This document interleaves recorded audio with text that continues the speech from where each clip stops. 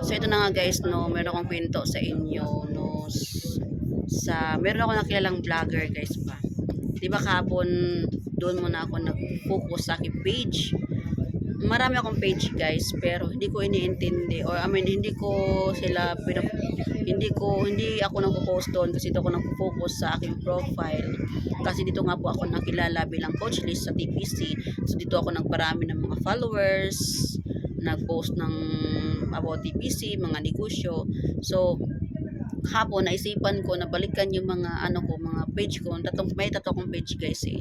So yun muna ang isa, yung coach yung Lisel online shop, yun page ko din yun. So nailagay ko din yan, pinost ko din sa aking profile dito sa Facebook na to.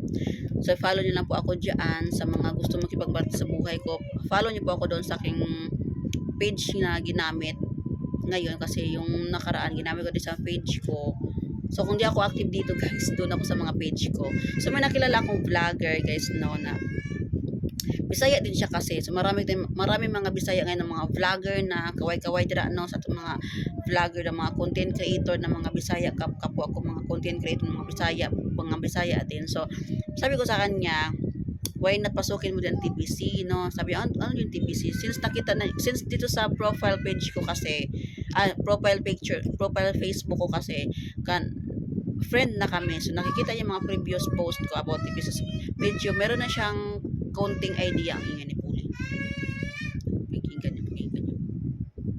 Diba? Ang ingay ni Puli, kumakanta siya. So, ayun, sabi niya, balikan daw niya yung mga post ko.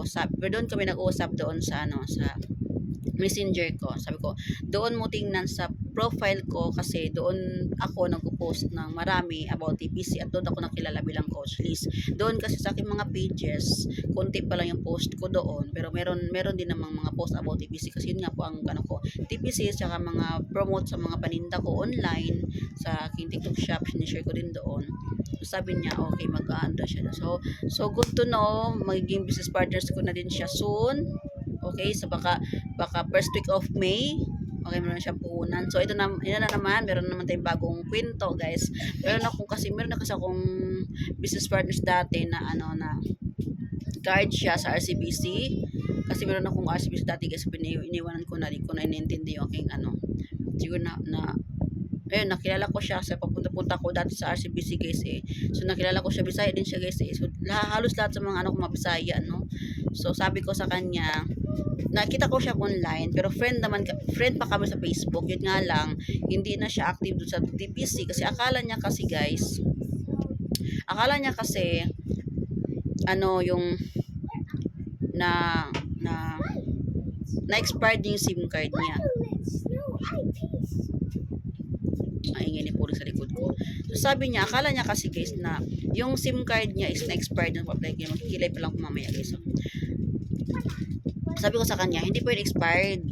Try kong ELC. Nasaan ang SIM card mo? Sige, nagamit niya. Good to know na ang SIM card niya na pina-activate niya before is ginagamit pa niya. Yun ang kagandahan bilang isang technicians. Kaway-kaway sa mga technicians dyan na nag-stop, no? Hanggat ginagamit niyo ang inyong mga SIM card, guys, pwede kayong bumalik sa akin.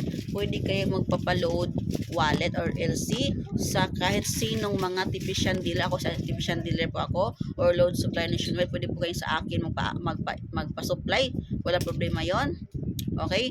So, wag kayong mag-alala na expired or na di na nagagamit kasi hanggat ang iyong SIM card ay isang technician na o isang activated na sa TPC, lifetime na po yun. Hanggat ginagamit mo siya, hanggat niluludan mo siya, okay na okay pa po yun.